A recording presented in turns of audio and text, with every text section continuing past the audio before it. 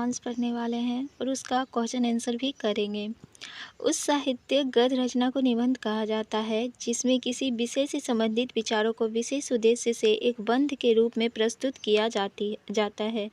निबंध विचार प्रधान है, इसमें बुद्धि तत्व प्रधान होता है। 16वीं शताब्दी में फ्रांसीसी लेखक मांतेन ने इस विधा में पहली रचना की थी और बताया था कि यह मुक्त मन की गद्यात्मक अभिव्यक्ति है। निबंध के दो प्रकार भेद कहा जाता है प्रकार हैं व्यक्तिक निबंध और वैचारिक निबंध। व्यक्तिक निबंध को ललित निबंध भी कहा जाता है। इनमें निबंधकार प्राय अपारंपरिक एवं अत्यंत साधारण विषयों को चुनता है और विनोदपूर्ण मुक्त मनोदशा में उस पर टिप्पणियां करना चला जाता है। बालकृष्ण भट्ट, प्रताप नारायण मिश्र, बाल मुकुंद गुप्त, चंद्रधर शर्मा गुलेरी, शिव पूजन सहायक, हजारी प्रसाद द्विवेदी, विद्यानिवास मिश्र, कुबेर नाथ राय आदि हिंदी के प्रमुख ललित निबंधकार हैं। तो इसमें है किस गद्य रचना को निबंध कहा जाता है, तो इसका आंसर क्या होगा, किस गद्य रचना को निबंध कहा जाता है। आंसर हो जाएगा उस साहित्यिक गद्य रचना को निबंध कहा जाता है जिसमें किसी विषय से संबंधित विचारों को विशेष उद्देश्य से एक बंध के रूप में प्रस्तुत किया जाता है। दूसरा क्वेश्चन है निबंध विद्या में पहली रचना किसने की थी और क्या बताया था। इसका आंसर होगा निबंध विद्या में पहली रचना 16वीं शताब्दी में फ्रांसीसी लेखक मांतेन ने की थी। उन्होंने इसे मुक्त मन की गद्यात्मक अभिव्यक्ति बताया। तीसरा है निबंध के दो प्रमुख भेदों के नाम लिखें। तीसरा का आंसर है निबंध के दो प्रमुख भेद हैं व्यक्तिक निबंध, वैचारिक निबंध। था हो जाएगा ललित निबंध लिखते समय निबंधकार क्या करता था। इसका आंसर होगा ललित निबंध लिखते समय निबंधकार प्राय अपारंपरिक एवं अत्यंत साधारण विषयों को चुनता है और विनोदपूर्ण मुक्त मनोदशा में उस पर टिप्पणियां करता है। पांचवा है हिंदी के कुछ प्रमुख ललित निबंधकारों के नाम लिखें। हिंदी के प्रमुख निबंधकारों का नाम है बालकृष्ण भट्ट, प्रताप नारायण मिश्र, बाल मुकुंद गुप्त, चंद्रधर शर्मा गुलेरी, शिव पूजन सहाय, हजारी प्रसाद द्विवेदी, विद्यानिवास मिश्र, कुबेर नाथ आदि हिंदी के प्रमुख ललित निबंध के निबंधकार हैं। अब चलिए ख नंबर का देखते हैं। आज के इस आधुनिक ललित निबंधकारों के नाम लिखें। आज के इस आधुनिक युग में चारों ओर फैशन, बाहरी तड़क भड़क एवं झूठे दिखावे का ही बोलबाला है। आज व्यक्ति चाहे कितना भी बड़ा विद्वान क्यों ना हो, परंतु उसका आदर सम्मान उसकी योग्यता एवं विचारों के आधार पर न करके केवल कीमती वस्त्रों के आधार पर किया जाता है। आडंबर शून्य एवं कृत्रिमताहीन जीवन जीना ही सादगी कहलाती है। आज के इस भौतिकवादी युग में व्यक्ति में मानवीय गुण लुप्त होता जा रहा है। इच्छाओं के विस्तार ने उसे अधिक स्वार्थी बना दिया है। वह केवल अपने स्वार्थों को ही सिद्ध करने में लगा है। सादगी में भी एक आकर्षण होता है। सादगी से रहने वाले व्यक्ति की इच्छाएं भी सीमित होती हैं। वह थोड़े में ही निर्वाह कर लेता है। सज्जन व्यक्ति हमेशा ऊपर से नारियल की भांति कठोर और अंदर से सजल और कोमल होते हैं। आज की परिस्थितियां में तो विचारों की उच्चता एवं सादगी ही जीवन परंपराओं और जीवन मूल्यों की रक्षा करने में समर्थ है सकती है। इसका क्वेश्चन आंसर करते हैं। आज के इस आधुनिक युग में किसका बोलबाला है। आज के इस आधुनिक युग में चारों ओर फैशन, बाहरी तड़क भड़क एवं झूठे दिखावे का ही बोलबाला है। इसका आंसर हो जाएगा आज व्यक्ति का आदर सम्मान किस आधार पर किया जाता है। आज व्यक्ति का चाहे कितना भी बड़ा विद्वान क्यों ना हो, परंतु उसका आदर सम्मान उसकी योग्यता एवं विचारों के आधार पर न करके केवल कीमती वस्त्रों के आधार पर किया जाता है। तीसरा है कैसा जीवन सादगी कहलाता है। तो आडंबर शून्य एवं कृत्रिमताहीन जीवन जीना ही सादगी कहलाता है। चौथा हो जाएगा आज के भौतिकवादी युग में व्यक्ति क्या सिद्ध करने में लगा है।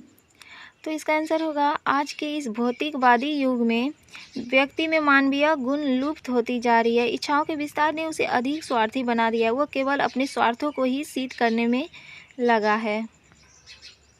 जो पांचवा आंसर है सज्जन व्यक्ति कैसे होते हैं। तो इसका आंसर होगा सज्जन व्यक्ति हमेशा ऊपर से नारियल की भांति कठोर और अंदर से सजल और कोमल होते हैं। फिर से एक छोटा सा गद्यांश पढ़ते हैं। काला पानी की सज़ा को भयावह दुस्वप्न के रूप में देखा जाता है। वहाँ कैदियों को दी जाने वाली यातनाओं का विवरण रोंगटे खड़े कर देता है। अंग्रेजों ने भारत की मुख्य भूमि से सैकड़ों मील दूर अंडमान द्वीप सेलुलर जेल बनाया।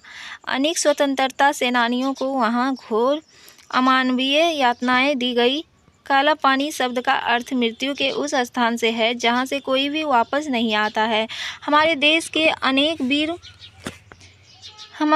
अनेक वीर सपूतों ने इस जेल में यातनाएं सहते हुए देश को परतंत्रता की बेड़ियों से मुक्त कराने के लिए निस्वार्थ भाव से अपने प्राणों तक की आहुति दे डाली, जिनकी अमर कहानी काला पानी की दीवारों आज भी कह रही है।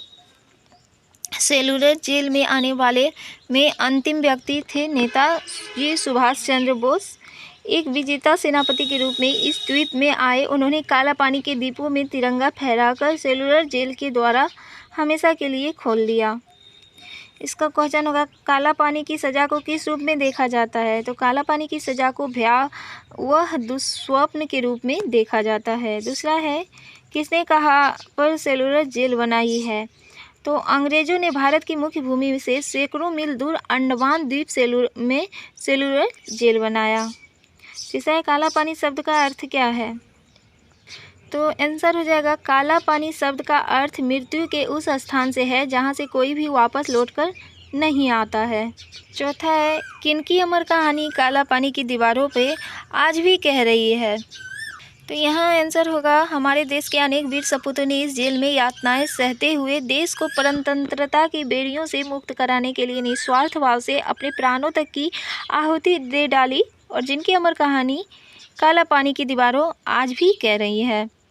होगा नेताजी सुभाष चंद्र बोस ने काला पानी द्वीप में आकर क्या किया। नेताजी सुभाष चंद्र बोस ने दियो के रूप में नहीं बल्कि एक स्वाधीन नागरिक के, एक मुक्ति योद्धा के, एक विजेता सेनापति के रूप में आए और वो काला पानी के सेलुलर जेल में तिरंगा लहराया। फिर से एक छोटा सा गद्यांश पढ़ते हैं। प्रेमचंद का उद्देश्य एक ही था, भारतीय जनता की सेवा और उनके शोषण के प्रति उन्हें जागरूक करना। प्रेमचंद एक यथार्थवादी पत्रकार थे। वे चाहते थे कि तत्कालीन परिस्थितियों से जनता अवगत रहे एवं सचेत रहे, इसलिए उन्होंने निष्पक्ष पत्रकारिता को चुना। इस निष्पक्ष पत्रकारिता और राष्ट्र सेवा के कारण उन्हें अंग्रेजी सरकार का कोपभाजन भी बनना पड़ा। प्रेमचंद की पत्रकारिता में भारतीय ग्रामीण संस्कृति के साथ भारतीय जनता की पीड़ा का भी यथार्थ रूप देखने को मिलता है। उनके द्वारा स्थापित पत्रकारिता के मानक आज भी पत्रकारों को प्रेरणा देते हैं। वे पत्रकारिता के माध्यम से जनता से सीधे संवाद करते थे। पाठकों की जिज्ञासा बनी रहे, इसके लिए नवीन जानकारियों के साथ राष्ट्र हित एवं समाज हित के मुद्दों को उन्होंने पत्रकारिता का विषय बनाया। प्रेमचंद अपने लेखों में ही नहीं बल्कि कहानियों और उपन्यासों में भी पत्रकारिता के महत्व को बताते थे। प्रेमचंद अपनी लेखनी के माध्यम से देश की गुलामी की बेड़ियों को तोड़ने का प्रयास कर रहे थे। उनके लिए देश विविध भागों में खंडित जमीन का टुकड़ा नहीं बल्कि एक राष्ट्र है। प्रेमचंद का उद्देश्य क्या था। प्रेमचंद का उद्देश्य एक ही था, भारतीय जनता की सेवा, उनके शोषण के प्रति उन्हें जागरूकता करना। प्रेमचंद ने निष्पक्ष पत्रकारिता को क्यों चुना।